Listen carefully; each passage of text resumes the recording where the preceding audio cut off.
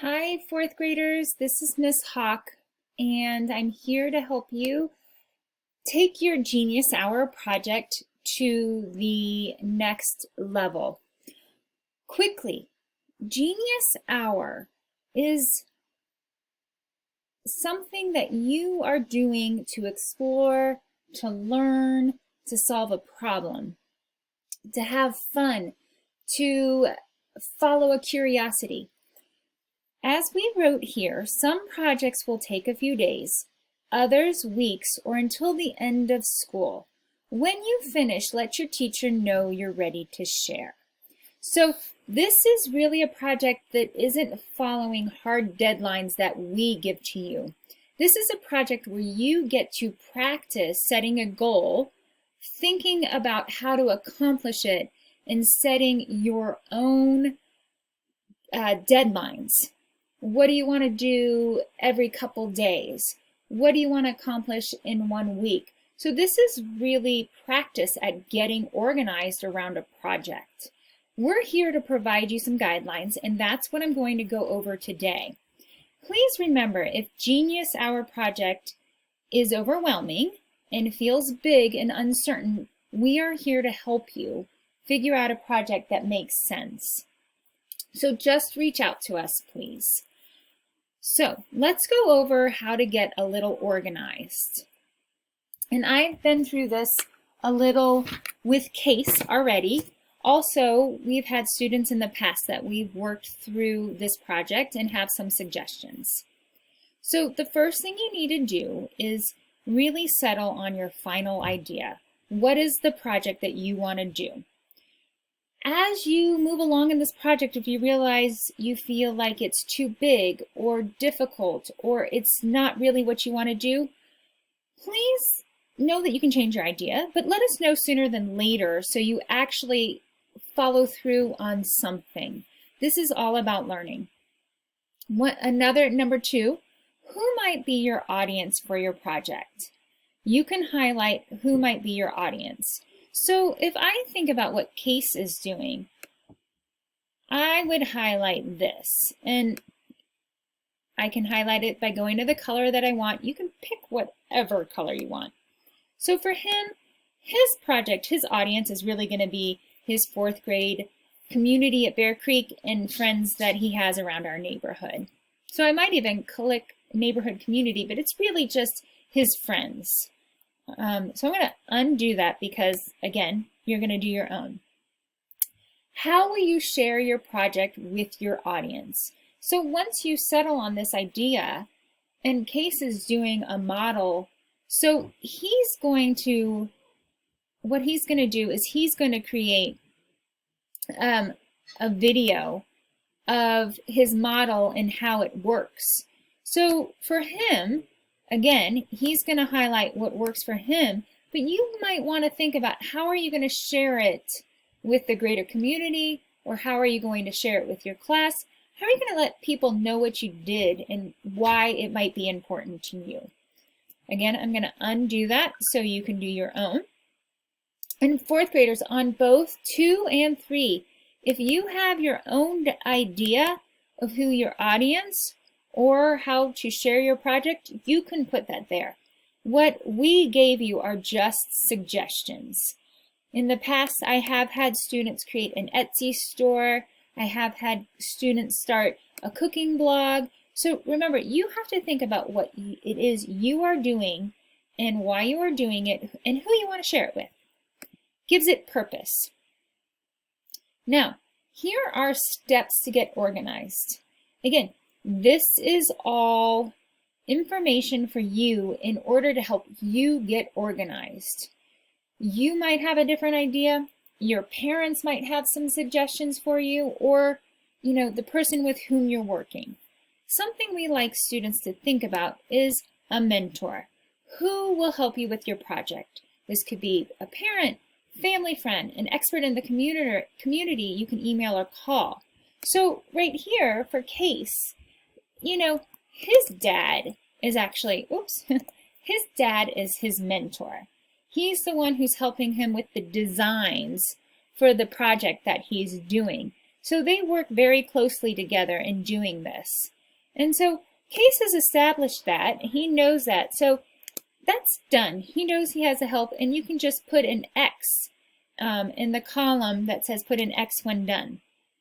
Again, this is a suggestion for you in how to get organized. If we go to 2, research, Case, part of what he's doing involves paper mache.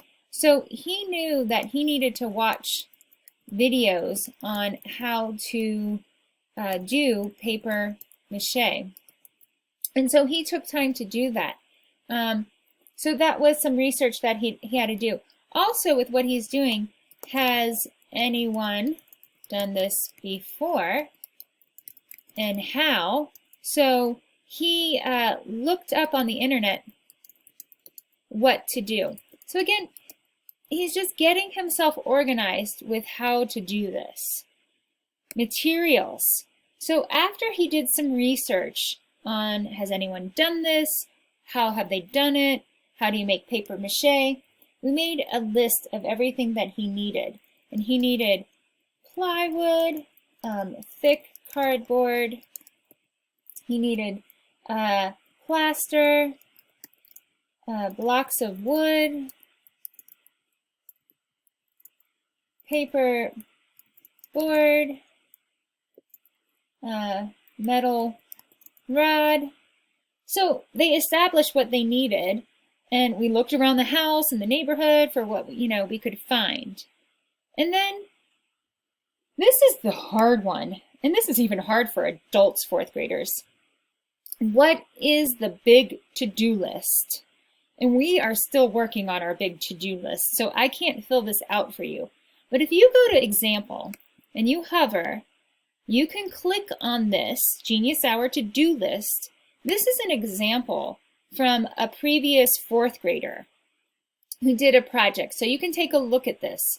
It tells you what his project was, who was his audience, how he presented it, and what he needed to do. So he worked through this checklist so he was fully prepared.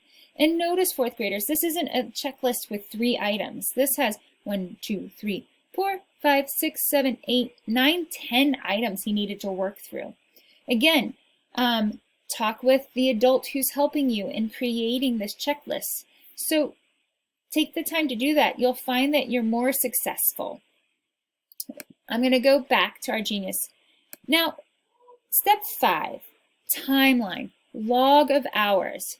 Create a system to help you stay on track. Below, I have 2 examples, and these are optional. You might have your own. So if we look at this board, once you've generated your big to-do list, the first column says to do. Write each task on a separate sticky note and try to put them in order. The second column says doing.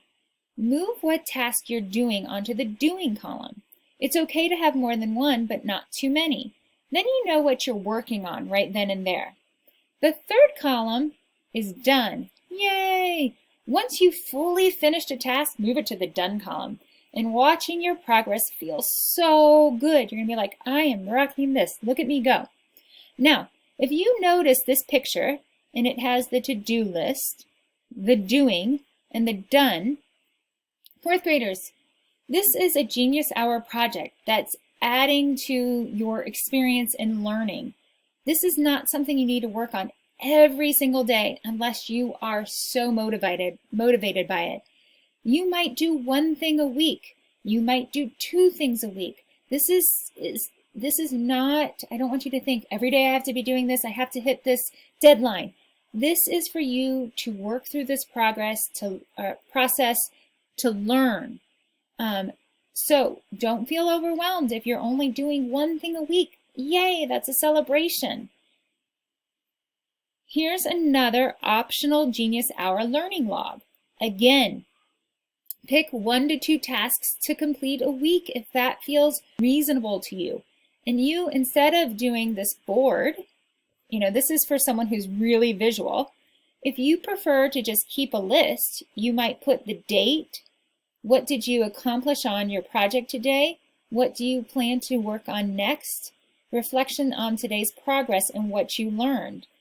Reflection is always a good skill to practice. It makes you think like, what went really well? What didn't go well? What could I share with someone that they might do differently? So this is a possibility. So if I wanted to do something for Case, and if I put 410, they cut, all right, and his dad is helping him. So what they did is they designed his finger skateboard project. And what they might do next time is create a list of all supplies. And something Case did learn was that this is more complicated than I thought. And he wanted to change his mind, but we're going to help him work through this. So, should I make my design simpler? That's what he came away with. So, do you see how I'm typing in this? You can use this. You can print it. You can make your own. So, it's up to you. These are just suggestions for you. So, fourth graders, do not feel overwhelmed by this project. You are creating your deadlines. You are setting your goals. This is just a means for you to get organized. We will be looking at it so we can thoughtfully support you.